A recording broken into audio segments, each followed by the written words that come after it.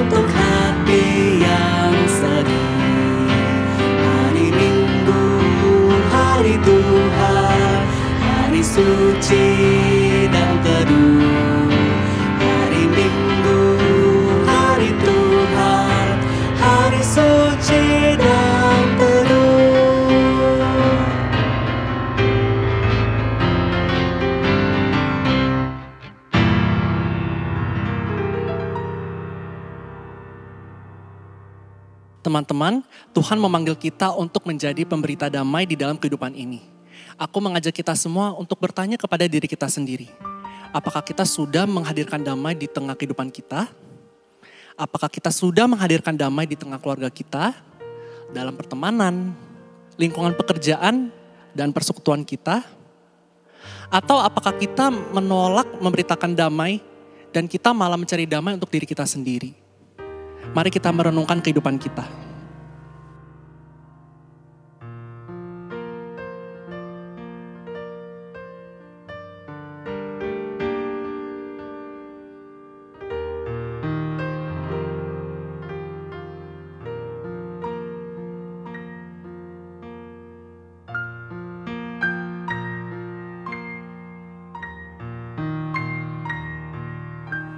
Mari kita mengakui dan memohon ampun atas dosa di hadapan Tuhan. Mari kita berdoa. Tuhan Yesus yang baik, terima kasih ya Bapa atas damai yang Engkau berikan kepada kami.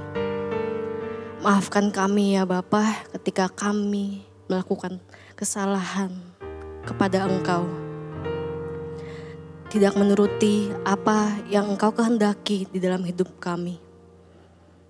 Seringkali kebencian ada di dalam kami dan tanpa kami sadari kami mengutarakannya ke media sosial kami. Kami tidak memberikan damai yang Engkau berikan kepada teman-teman kami. Ya Bapa, ampunilah kami. Mampukan kami lebih dan lebih lagi ya Tuhan, untuk lebih mengenal Engkau menuruti perintah-perintah-Mu. Ya Bapa, ini kami, terimalah kami. Di dalam nama-Mu kami telah berdoa dan mengucap syukur. Amin. Teman-teman, Tuhan sungguh memperhatikan dan mengasihi kita. Bagi kita yang telah mengakui dosa kita di hadapan Tuhan, mari kita menyambut berita anugerah yang diambil dari 1 Petrus 1 ayat 18-19 yang berbunyi demikian.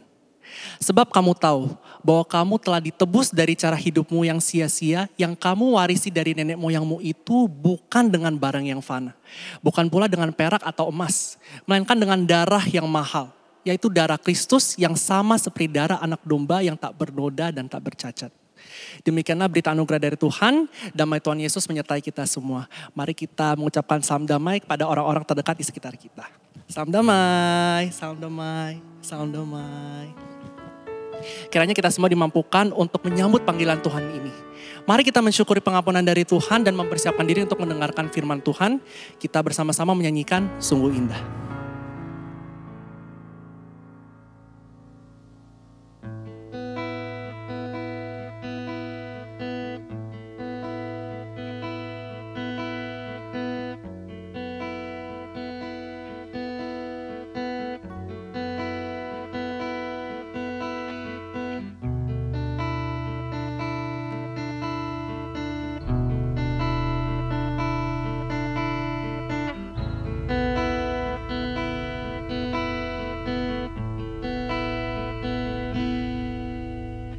Kemanakah aku dapat pergi,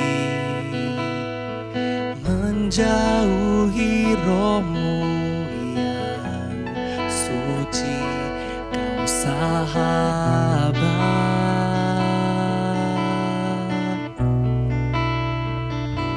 dan kau dekat.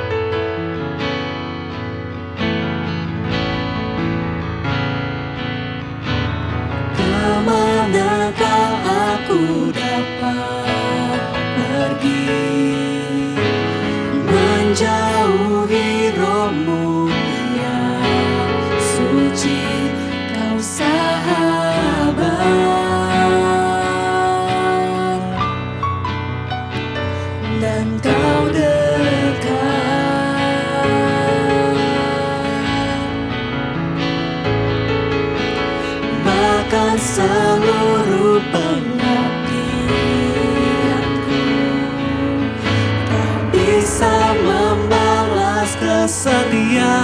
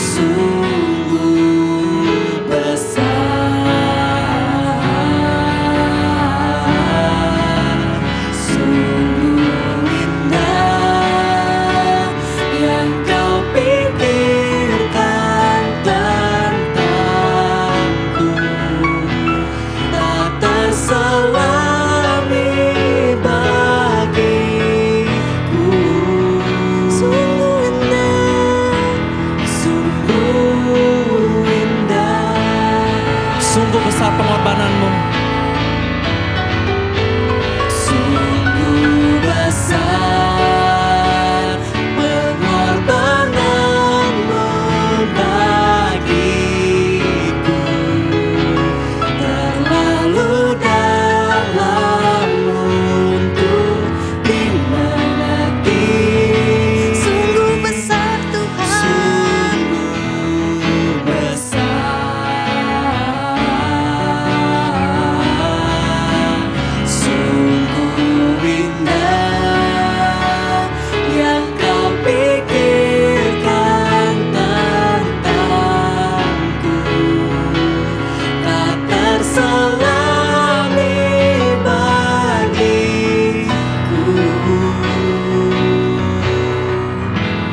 Sungguh indah,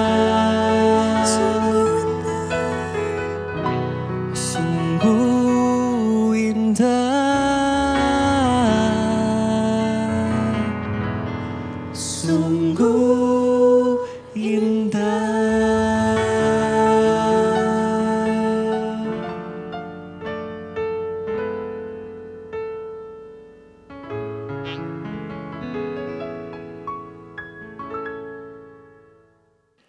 Mari rekan-rekan semua, kita mempersiapkan hati dan pikiran kita.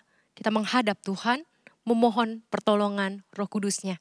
Agar setiap firman yang hari ini kita baca dan renungkan, betul-betul bisa berguna bagi setiap kita di dalam setiap pergumulan dan keberadaan kita. Mari kita berdoa.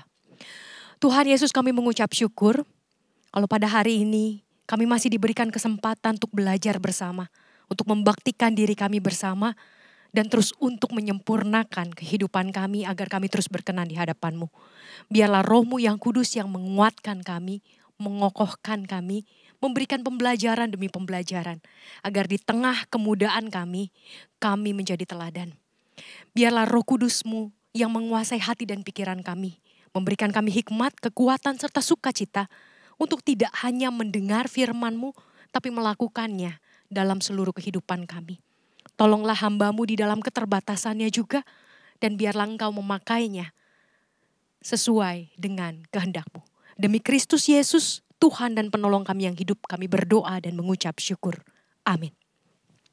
Pembacaan firman Tuhan pada hari ini diambil dari 2 Raja-Raja 5 ayat 5-15. Mari kita membacanya bersama-sama. Maka jawab Raja Aram, "Baik, pergilah dan aku akan mengirim surat kepada Raja Israel." Lalu pergilah Naaman dan membawa sebagai persembahan 10 talenta perak dan 6.000 shikal emas dan 10 potong pakaian. Ia menyampaikan surat itu kepada Raja Israel yang berbunyi, "Sesampainya surat ini kepadamu, maklumlah kiranya bahwa aku menyuruh kepadamu Naaman pegawaiku supaya engkau menyembuhkan dia dari penyakit kustanya."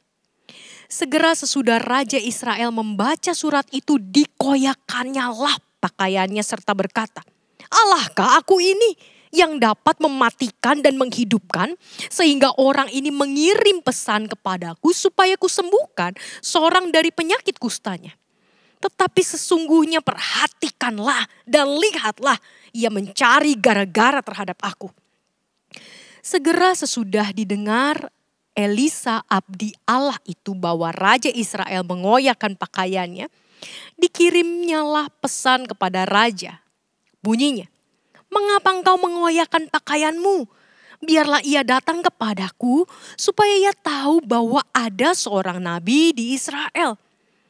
Kemudian datanglah Naaman dengan kudanya dan keretanya, lalu berhenti di depan pintu rumah Elisa. Elisa menyuruh seorang suruhan kepadanya mengatakan, "Pergilah, mandi 7 kali dalam sungai Yordan, maka tubuhmu akan pulih kembali sehingga engkau menjadi tahir." Tetapi pergilah Naaman dengan gusar sambil berkata, "Aku sangka bahwa setidak-tidaknya ia datang dari luar dan berdiri memanggil nama Tuhan Allahnya, lalu menggerak-gerakkan tangannya di atas tempat penyakit itu dan dengan demikian menyembuhkan penyakit kustaku. Bukankah Abana dan Pap Parpar, sungai-sungai Damsyik, lebih baik dari segala sungai di Israel? Bukankah aku dapat mandi di sana dan menjadi tahir? Kemudian berpalinglah ia dan pergi dengan panas hati. Tetapi pegawai-pegawainya datang mendekat serta berkata kepadanya, Bapak, seandainya nabi itu menyuruh perkara yang sukar kepadamu, bukankah Bapak akan melakukannya? Apalagi sekarang ia hanya berkata kepadamu, mandilah dan kau akan menjadi tahir.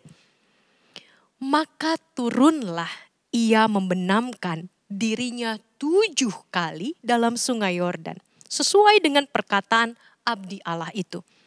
Lalu pulihlah tubuhnya kembali, seperti tubuh seorang anak, dan ia menjadi tahir.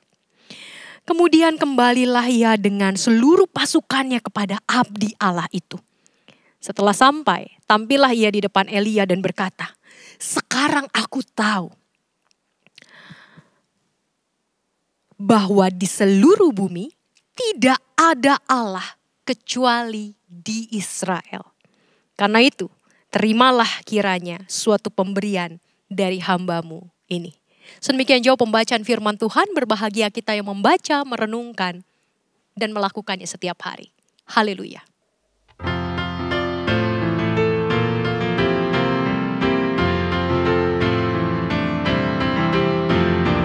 Haleluya, haleluya, haleluya, haleluya, haleluya, haleluya, haleluya, haleluya. Rekan-rekan sekalian, hari ini kita mau belajar bersama tentang bagaimana kita menyatakan damai di dalam media komunikasi. Tadi kita membaca dan belajar dari bacaan firman Tuhan yang sangat menarik. Dan sebetulnya banyak sekali pembelajaran yang bisa kita gali lewat bacaan kita hari ini. Sebelum kita menggali bagaimana damai sejahtera dapat menyebar lewat media sosial kita perlu belajar 3 hal dulu sebelumnya. Yang pertama, kita dalami dulu apa yang disebut dengan komunikasi. Lalu apa yang dimaksud dengan media komunikasi dan apa yang disebut sebagai damai sejahtera. Kalau kita sudah memahami 3 hal ini, kita akan dengan mudah mengaplikasikannya di dalam kehidupan kita. Yang pertama adalah apa itu komunikasi. Pada dasarnya komunikasi adalah cara kita sebagai manusia untuk berelasi dengan orang lain dan mencari pengertian bersama. Supaya nyambung gitu ya. Kalau kita nggak ada orang lain, kita nggak butuh komunikasi. Seperti Tarsan cuma AAU cukup gitu ya. Karena yang diajak ngomong bukan orang, tapi onye gitu ya. Tapi karena kita bicara dengan orang lain, disitulah kita membutuhkan komunikasi yang lebih rumit dari sekedar kalau kita mungkin mengajak binatang kita bicara. Sit, duduk, guguknya. Shake hand. Kalau dulu tabe gitu ya, anjing kita langsung begini. Tapi kan gak bisa kalau kita ke orang lain. Setiap orang memiliki kerumitan masing-masing di dalam benaknya, di dalam hati dan pikirannya. Setiap orang punya persepsi yang berbeda, punya pengalaman yang berbeda, punya masalah yang berbeda, dan situasi dan kondisi yang berbeda saat itu juga. Waktunya bisa sama, tapi kondisi setiap orang berbeda. Karenanya kita butuh berkomunikasi, bukan untuk sekedar menyampaikan perasaan kita. Bukan sekedar untuk menyampaikan informasi. Bukan untuk sekedar menyatakan siapa kita. Tapi kita berkomunikasi supaya kita tuh bisa mendapatkan pengertian tentang kehidupan orang lain. Dan bagaimana kemudian kita merespon. Kita mendapatkan pengertian bersama untuk hidup bersama. Tidak baik manusia kalau sendiri saja, bukan tidak bisa gitu ya. Jadi beda, tidak baik bila manusia itu sendiri saja. Jadi komunikasi diperlukan dan tidak mudah ternyata untuk berkomunikasi. Yang kedua adalah media. Kenapa kita menggunakan media? Apa itu media komunikasi? Pada dasarnya, pada awalnya komunikasi sendiri gak butuh media. Selama di depan kita ada orang yang diajak kita bicara, kita gak perlu media, gak perlu nge-text begitu ya, chatting, gak perlu. Nah, Tetapi karena ketika manusia mulai merasakan bahwa ada jarak, ada persoalan-persoalan gara-gara jarak ya. Akhirnya media-media komunikasi dari zaman baheula pisan, dari zaman dulu itu mulai diciptakan. Asap salah satunya. Asap kentongan, bunyi sekali kumpul, bunyi 2 kali serang kayak gitu ya. Itu adalah media komunikasi. Sampai di dunia modern sekarang kita menggunakan handphone sebagai media komunikasi kita. Nah itu jadi kalau dibilang media komunikasi itu apa sih? Media komunikasi hanyalah kendaraan, hanyalah alat. Supaya apa? Persepsi atau mendapatkan pengertian yang sama itu dapat terwujud. Jadi media itu cuman kendaraannya, alat yang kita gunakan. Supaya pengertian demi pengertian kita dapatkan secara jelas. Nggak ada yang salah sambung. Nah itu adalah media komunikasi. Dan yang ketiga, yang paling penting adalah bicara soal damai sejahtera. Damai sejahtera itu apa? Damai sejahtera itu sekedar perasaan atau bukan? Ternyata bukan. Kalau damai sama dengan perasaan, bahaya. Kenapa? Karena berarti gampang berubah. Make sense kan ya? Hari ini, gue lagi happy nih. Pagi-pagi gitu kita bangun, kita lagi happy. Begitu udah keluar, udah pakai persiapan gitu mau keluar, pakai mobil atau pakai motor, disalip. Happy-nya hilang gara-gara disalip. Kalau damai sejahtera hanya seperti sekedar perasaan, bahaya banget. Berarti damai gampang banget hilang. Karena perasaan kita dengan mudah berubah. Lalu, apakah damai sejahtera itu adalah soal situasi dan kondisi? Enggak. Damai sejahtera itu bukan soal situasi dan kondisi. Karena kalau hanya mengikuti situasi dan kondisi, sama seperti perasaan, mudah berubah. Situasi bisa berubah hanya dalam hitungan detik. Orang kecelakaan di tol, yang tadinya lagi nyanyi-nyanyi bareng-bareng begitu kan, lagi happy. Hanya gara-gara kejadian 1 detik bisa berubah total. Dari yang nyanyi bisa diam selamanya. Berpulang ke rumah Bapak, kita gak pernah tahu. Jadi damai sejahtera juga bukan situasi dan kondisi. Jadi apa dong damai sejahtera? Damai sejahtera adalah kemampuan manusia, kemampuan yang Tuhan karuniakan kepada setiap kita karena ada roh Allah di dalam diri kita untuk tetap tenang di tengah badai. Damai sejahtera adalah kemampuan yang Tuhan karuniakan kepada kita karena damai itu adalah Tuhan itu sendiri. Agar kita tetap tenang di tengah masalah. Agar kita tetap tenang di tengah overthinkingnya kita. Agar kita tetap tenang ketika situasi tidak berpihak kepada kita. Disitulah damai sejahtera sesungguhnya. Jadi damai sejahtera sebetulnya adalah the presence of God. Peace is a human ability to keep calm in the midst of conflict. Damai bukan tujuan teman-teman. Damai adalah titik awal kita. Ketika kita merasakan damai, kita bisa memilih. Kalau kita tahu nih ada 2 pilihan. Aduh pilih mana ya, kiri apa kanan ya. Aduh kok gue gak damai ya. Gitu ya. Tapi kalau kita bilang, kayaknya nih hati gue damai nih. Kalau lihat yang kiri nih, gue gak yang kanan deh, yang kiri. Damai adalah titik awal. Ketika kita mau melakukan sesuatu, adakah damai dalam diri kita? Ini yang akan jadi kita refleksikan lewat bacaan kita hari ini. Mari kita lihat bagaimana media komunikasi dewasa ini. Kalau kita lihat teknologi begitu luar biasa ya teman-teman ya. Sebenarnya teknologi itu bisa bikin jadi berkat. Karena kabar baik tentang Yesus Kristus, kabar baik tentang kedamaian yang Yesus bawa di tengah dunia dengan mudah disebarkan. Sayangnya, ternyata damai sejahtera tidak dipengaruhi oleh teknologinya. Teknologi tidak bisa menyebarkan damai sejahtera secara otomatis. Karena damai sejahtera itu ada di diri kita. Jadi bukan tergantung medianya, tapi tergantung kitanya sebagai pengguna, pembaca media komunikasi, media sosial. Kuncinya itu ada di kita.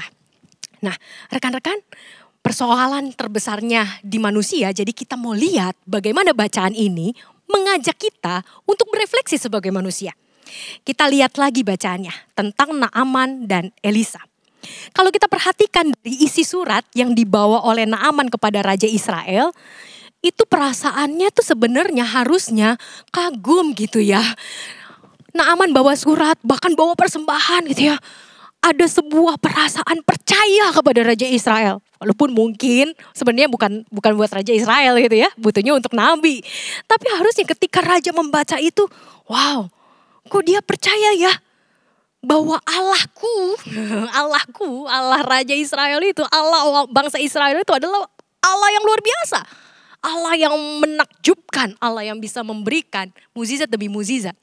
Tapi ketika dia baca surat itu perasaannya gimana? Insecure, langsung merasa insecure. Padahal sebetulnya di dalam surat itu ada pengharapan, ada pengakuan, ada kepercayaan, ada rasa hormat yang dititipkan oleh Raja Aram kepada Raja Israel. Kita lihat faktanya dulu. Kisah di balik Naaman dan Elisa. Yang pertama, Naaman adalah panglima Raja Aram. Sangat terpandang, sangat dikasihi. Melalui dia Tuhan mengaruniakan kemenangan terhadap orang Aram. Yang kedua, Naaman itu sakit kusta. Yang ketiga, pelayan dari istri Naaman adalah seorang gadis asal Israel. Dan gadis itu merekomendasikan Naaman untuk mencari nabi di Israel yang akan menyembuhkan Naaman. Naaman berkisah kepada tuannya sang Raja Aram itu, sehingga akhirnya Raja Aram menulis surat kepada Raja Israel. Dan Naaman membawa beragam persembahan dari 10 talenta perak yang besarannya, kalau teman-teman lihat di kamus Alkitab, 1 talenta itu sama dengan 600 dinar. 1 dinar itu adalah upah pekerja 1 hari. Jadi kalau 6.000 dinar, 6.000 dinar dikali 10, karena 1 talenta 6.000 dinar ya. Jadi kalau 6.000 dinar dikali 10 artinya ada 60.000 dinar setara dengan upah 166 tahun. Itu raja kagak usah ngapa-ngapain juga kayaknya kaya terus gitu ya. Gak usah kerja apapun juga kaya. Sampai mati gitu. Jadi persembahan yang dibawa oleh Naaman ini banyak sekali. Bukankah itu bentuk kehormatan? Bahwa dia menghormati Allah bangsa Israel. At least pada saat itu dia berpikir bahwa dia menghormati bangsa Israel. Dia menghormati Allah yang ada di dalam bangsa Israel. Nah, sekarang pertanyaannya adalah bagaimana mereka merespon? Ada 3 tokoh, ada 3 respon. Yang pertama adalah respon si raja. Raja tadi ngerasa insecure banget. Gak bisa dipungkiri bahwa kita sebagai manusia itu gampang banget dipengaruhi teman-teman oleh kejadian atau keadaan sekeliling. Kita tuh gampang dibakar gitu ya, gampang ngegas gitu ya. Gampang ngegas, ada sesuatu yang menyenggol ego kita dikit aja kita langsung ngegas. Ngegasnya juga gak ngegas pelan-pelan gitu ya. Dari kecepatan 80, dari kecepatan 40 bisa naik ke 160. Ngeng gitu langsung ya. Kenapa? Karena ada ego yang tersenggol. Dan itulah yang menjadi respon Raja Israel pada saat itu.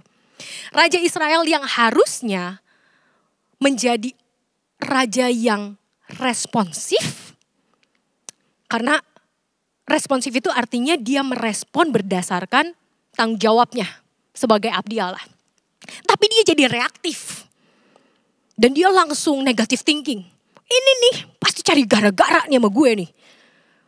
Dia gak ngelihat bahwa apa yang dibawa Naaman itu adalah bentuk tadi rasa percayanya, pengharapannya, rasa hormatnya. Tapi dia belum apa-apa udah langsung insecure. Dia ngerasa bahwa lu mau cari gara-gara nih sama gua lu, mau perang lagi gitu ya. Mungkin itu yang ada di dalam hatinya sehingga dia bilang bahwa ini cari gara-gara. Lihat bagaimana Raja Israel merespon hal yang baik itu dengan hal yang buruk. Karena dia merespon pakai emosi, bukan pakai damai sejahtera. Kalau Allah bertahta di dalam diri Raja Israel dan andai kata Raja Israel ingat bahwa dia itu adalah abdinya Allah, tangannya Allah. Dia gak akan lupa siapa dirinya. Tapi saat itu dia merespon dari dirinya.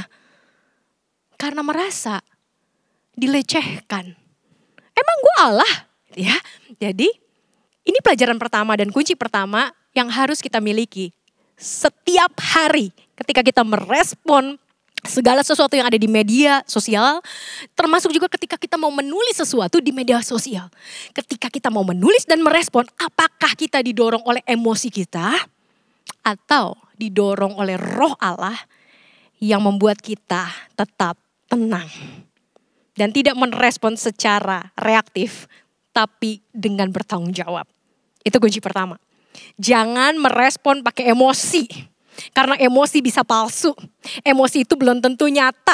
Emosi hanya ada di pikiran kita, di dalam hati kita. Dan emosi bukanlah kenyataan yang seapa adanya. Pertama ya, jangan merespon pakai emosi. Tapi pakai damai dari Tuhan. Tenang. Yang kedua, kita lihat Elisa. Bagaimana Elisa merespon? Elisa mengatakan bahwa Elisa bisa aja marah. Ini juga perlu kita pahami ya.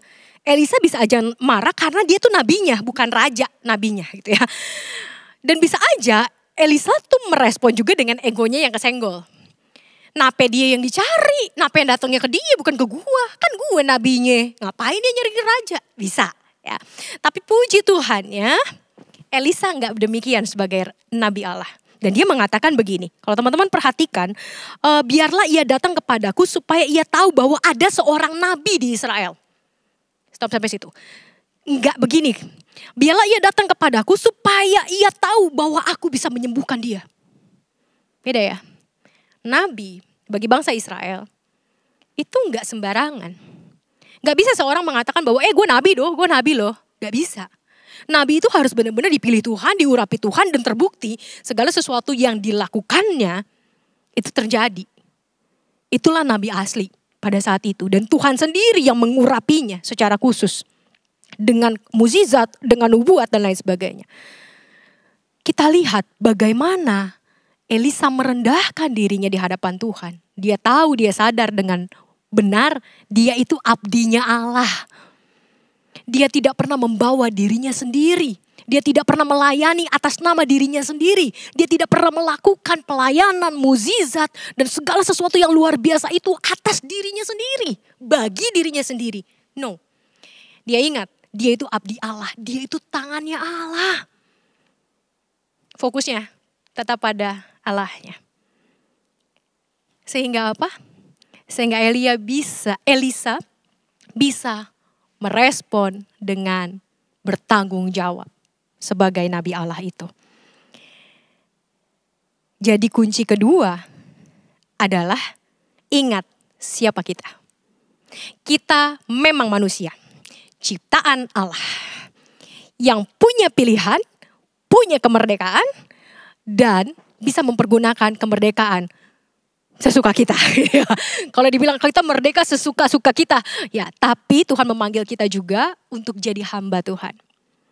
Tuhan kasih kita free will. Tapi bukan berarti free will itu kita gunakan pakai kepentingan kita saja. Ingat siapa kita. Kita ini abdi Allah. Setiap kita, setiap apa yang kita lakukan, setiap apa yang kita katakan, setiap apa yang kita nyatakan lewat kehidupan dan karya kita, mewakili siapa Tuhan kita. Dia akan menggambarkan, kita akan menggambarkan mulianya Tuhan, kasihnya Tuhan, kelembutannya Tuhan, karakternya Tuhan, pengampunannya Tuhan, rangkulan Tuhan. Kita adalah wakil Allah. Apapun yang kita tuliskan di media sosial, termasuk bagaimana kita merespon media sosial, harus mampu mewartakan siapa Allah dan bukan siapa kita. Kunci keduanya ya, ingat siapa kita. Dan kunci terakhir, kunci ketiga adalah lihat respon Naaman. Naaman sesebel itu. Nape gue harus berendam di sungai Yordan? Sungai-sungai di negeri gue lebih bersih cuy. Kayak kita disuruh berendam di sungai Grogol. Ada yang mau berenang di situ sama sampah, warnanya juga coklat gitu ya. Rasanya nggak kayak coklat, tapi warnanya memang coklat. Ada yang mau berendam di situ, adanya tambah gatel. Benar gak? Kesenggol egonya, tapi Naaman ternyata punya hati yang lapang. Dia mau denger pegawainya. Gila gak? Hebat gak? Kayaknya itu luar biasa. Karena orang yang rendah hati, sesungguhnya orang yang mau belajar dari setiap orang di sekelilingnya. Dan dia tidak menganggap rendah pegawai-pegawainya. Pegawainya negur dia. Tuhan, Nabi itu cuma suruh lu mandi. Kalau lebih susah, lu juga pasti mau kan? Ini gampang banget, masa lu gak mau gitu ya. Dan Naaman mau. Akhirnya dia mencelupkan dirinya. Dia membasuh dirinya 7 kali di sungai Yordan. Apa yang bisa kita pelajari dari respon Naaman? Sebagai panglima yang luar biasa, dia bisa marah dan tersinggung. Dan dia bisa aja langsung pulang ke negerinya. Dan tidak mendapatkan penyembuhan sama sekali. Tapi Naaman belajar untuk membuka dirinya. Membuka hatinya. Dan memberi ruang untuk pembelajaran yang ia dapat dari orang lain. Termasuk dari para pegawainya dan termasuk dari Elisa. Dan dia mengalami mukjizat Tuhan. Jadi teman-teman sekalian, ini kunci yang ketiga. Jadilah pribadi yang terbuka. Karena tidak ada orang di sekeliling kita yang tidak bisa kita ambil pelajaran darinya. Jangan buru-buru kebakar. Jangan buru-buru kesenggol egonya. Andai kata ada orang yang senggol ego kita lewat media sosial kita, jangan ngegas. Jangan-jangan Tuhan mau kita belajar sesuatu. Dan semakin kita terusik sesungguhnya, bisa jadi semakin banyak pelajaran yang Tuhan siapkan lewat orang-orang di sekeliling kita yang bikin kita ngegas. Apapun yang Tuhan percayakan, apapun yang Tuhan izinkan terjadi dalam hidup kalian, apapun yang juga ingin kalian nyatakan lewat hidup kalian, lewat media sosial kalian, ingat bahwa kita adalah abdi Tuhan. Jadi ingatlah 3 kunci ini. Yang pertama, ada yang masih ingat gak? Yang pertama adalah kita belajar untuk tidak merespon pakai emosi. Tapi pakai damai, yaitu pakai firman Tuhan yang ada dalam diri kita. Gunakan roh Allah yang ada dalam diri kita. 2, mari kita belajar seperti Elisa. Mengingat siapa dirinya. Kita abdi Allah. Dan ketiga, bukalah ruang. Jadilah terbuka, tapi tetap kritis. Tetap punya saringan. Supaya apa? Supaya segala sesuatu yang kita dengar tersaring. Dan segala sesuatu yang keluar tersaring. Dan disitulah nama Tuhan dimuliakan. Rekan-rekan sekalian, bagaimana kita menguasai diri akan mempengaruhi bagaimana kita merespon pesan dan memproduksi pesan dalam media sosial kita. Dan setiap kita punya kuasa untuk mendatangkan dan menyebarkan damai atau mendatangkan dan menyebarkan keresahan dan kutuk buat orang lain. Pilihannya ada di kita. Awasilah dirimu sendiri, jadilah sadar. Ketika kita dikuasai emosi, kita sedang memberi celah buat iblis untuk masuk dan menerkam kita. Ingat bahwa iblis itu seperti singa yang berjalan berkeliling siap untuk menerkam siapapun yang bisa diterkamnya. Pertanyaannya buat kita di akhir perenungan ini. Apakah kita menjadi anak-anak muda yang gampang diterkam oleh iblis? Sehingga kita mengobarkan keresahan dan bukan damai sejahtera? Damai Tuhan bersertamu. Amin.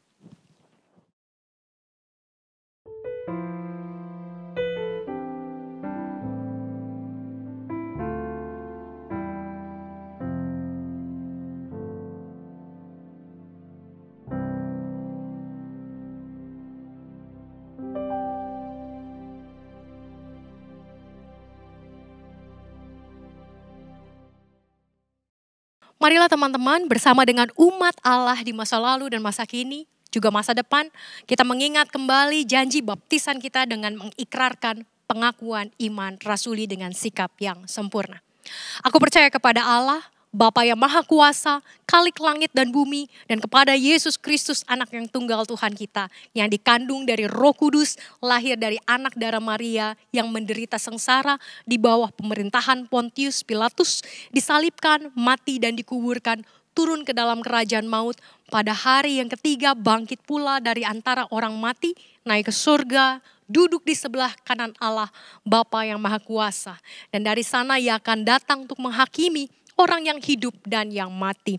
Aku percaya kepada Roh Kudus, gereja yang kudus dan persekutuan orang kudus, pengampunan dosa, kebangkitan orang mati dan hidup yang kekal. Amin. Mari teman-teman kita berdoa.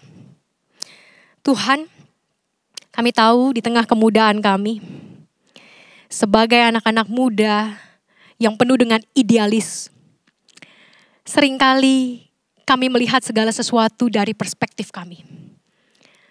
Kami merasa kami sudah cukup tahu tentang dunia.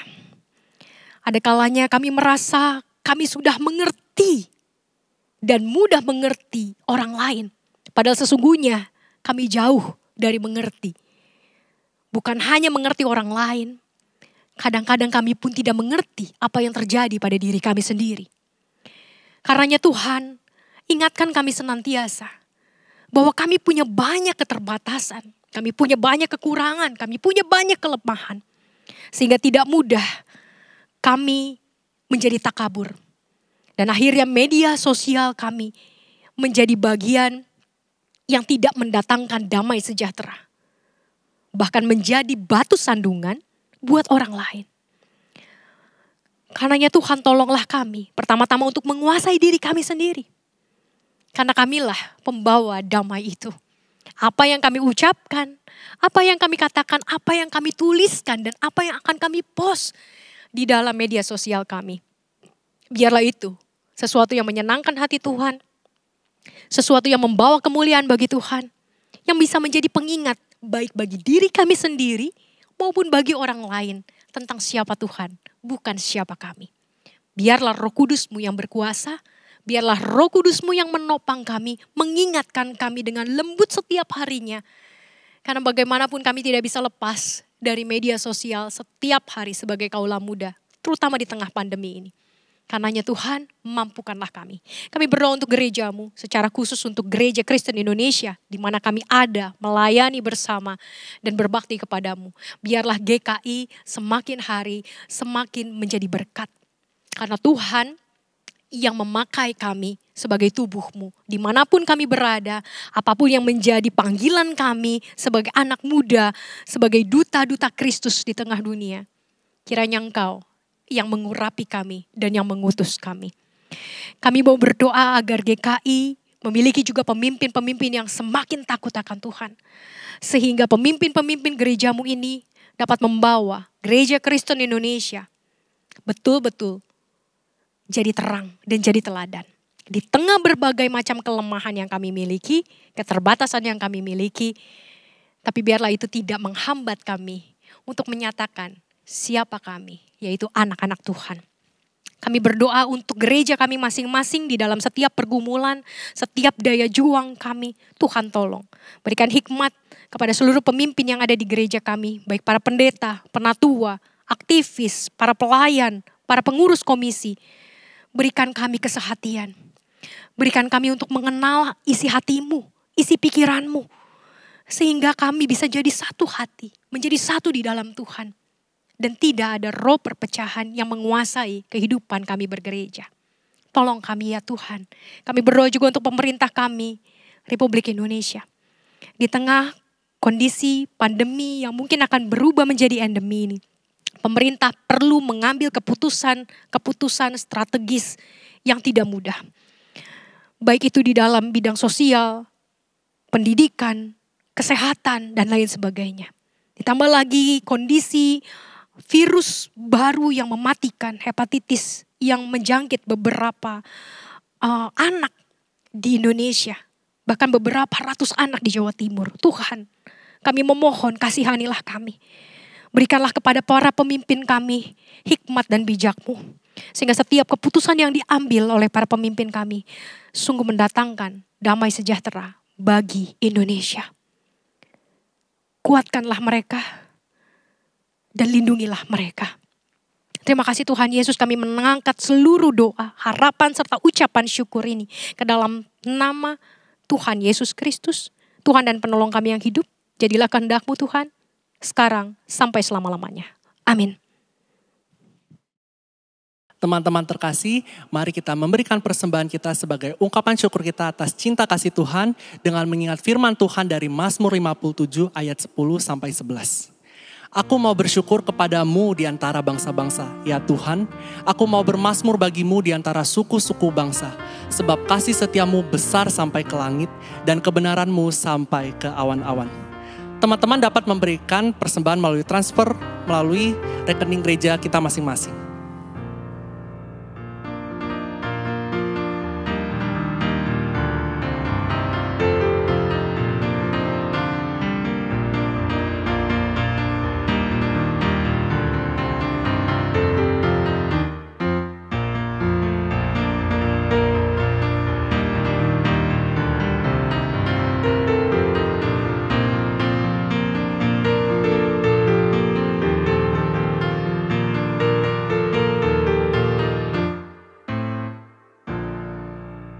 Mari kita membawa persembahan kita di hadapan Tuhan. Mari kita berdoa.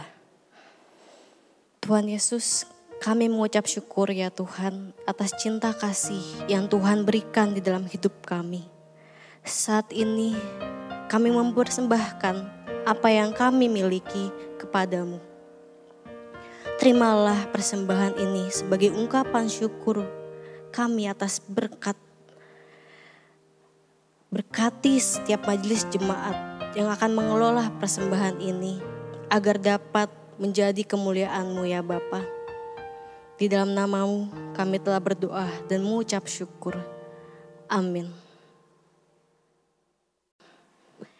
Nah teman-teman, kita hari ini sudah belajar banyak hal dari khotbah pendeta Yael. Teman-teman, hari ini kita belajar 3 poin. Apa aja tuh Ci? Nah yang pertama, bagaimana kita merespon emosi kita. Apakah itu dengan emosi atau dengan damai sejahtera yang datang dari Tuhan? Nah, yang kedua kita belajar untuk mengingat siapa kita. Karena apapun yang kita lakukan termasuk melalui media sosial kita itu mencerminkan siapa Tuhan. Nah yang ketiga adalah bagaimana cara kita bercakap terbuka dengan yang lain. Dari sana kita bisa belajar loh banyak hal dari orang-orang. Mari kita terus belajar untuk menjadi pembawa damai dalam kehidupan kita. Mari kita menyanyikan Damai di Dunia.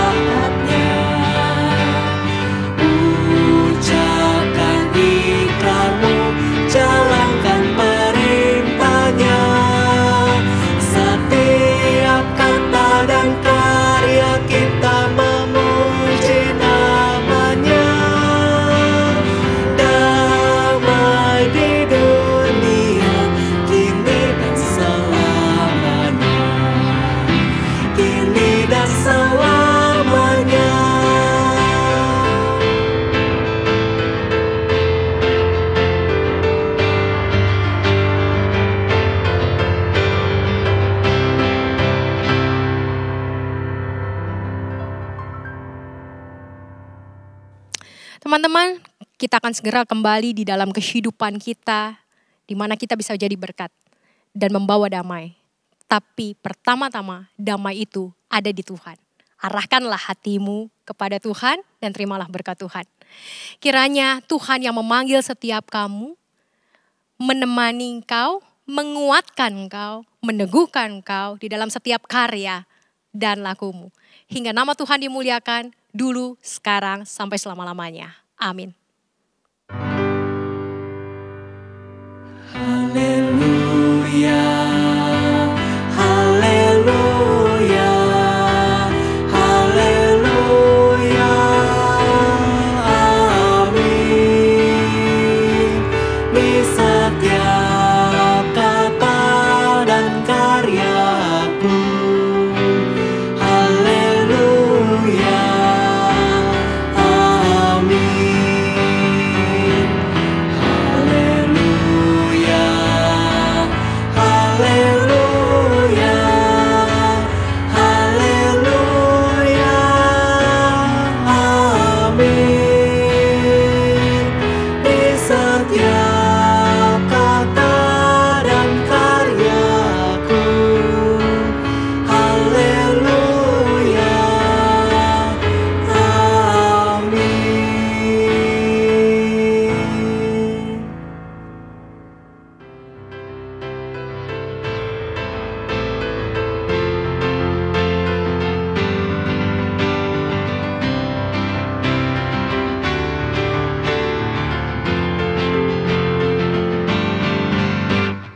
Damai di dunia dan kitalah dutanya.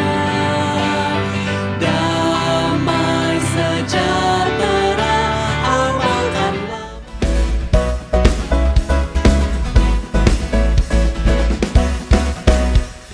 Nyanyikanlah nyanyian baru bagi Allah, pencipta cakrawala. Segala serafim kerubim pujilah Dia, besarkanlah namanya. Bersorak-sorai bagi Rajamu, bersorak-sorai bagi Rajamu, bersorak-sorai bagi Rajamu, bersorak-sorai